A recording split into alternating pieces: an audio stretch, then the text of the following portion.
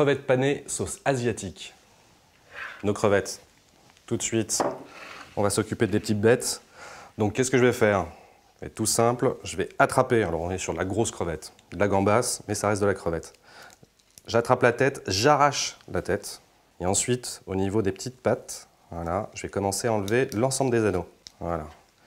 Et je répète l'opération quasiment jusqu'au bout, parce que je veux garder le dernier anneau. Voilà, et la queue. Comme ça, tout à l'heure, on pourra les attraper par la queue. Et je continue pour les suivantes. Alors la crevette, c'est un super produit. Bon, d'une part, parce que c'est pas très calorique. Pour 100 g de crevettes décortiquées, ça représente à peu près 100 calories. En fait, c'est pas vraiment la crevette qui est calorique. Généralement, c'est ce qui accompagne. Autre vertu de la crevette, elle vous apporte du zinc, c'est un antioxydant, et du cuivre. Pour avoir des os bien solides, il n'y a rien de mieux.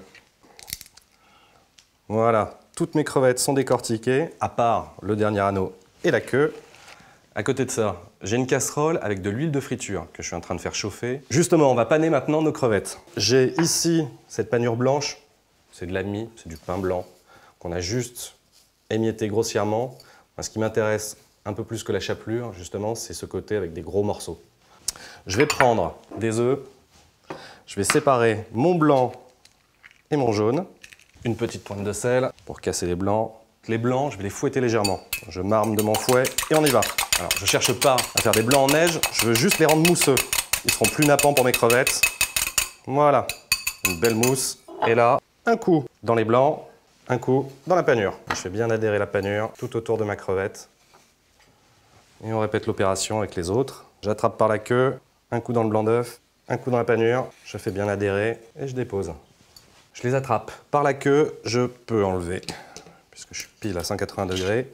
Je plonge et je vais les mettre 3 par 3. Pourquoi? Simplement, je ne veux pas faire descendre la température de mon bain de friture. Et là, on laisse tranquillement une petite minute. Dès que la panure est bien dorée, du papier absorbant et on les déposera. On va regarder comment elles sont. Ah, pas mal. On enchaîne avec les suivantes. J'attrape ma dernière fournée. Et pour accompagner ces beautés, on va faire une petite sauce à base de crème de coco.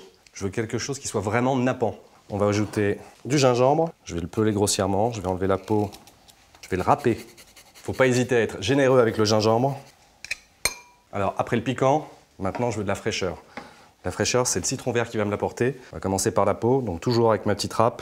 Je vais prélever le zeste. Maintenant, je vais écraser un peu mon citron. Comme ça, je vais récupérer le maximum de jus. Maintenant, les herbes. La coriandre, on regroupe les feuilles et on coupe. On peut même couper les tiges. Voilà, le bouquet entier.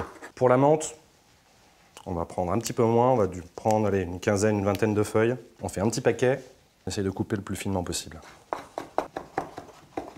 Voilà. Une petite pointe de sel. Un peu de poivre. Et je mélange l'ensemble. Bon, ben maintenant, il ne me reste plus qu'à dresser. Je vais commencer à installer quelques crevettes.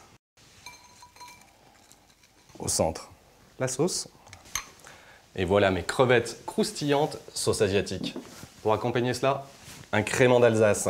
Ces fines bulles joueront avec la texture panée. Il sera le lien parfait entre la vivacité du citron vert, la rondeur du lait de coco et la force du gingembre. Santé!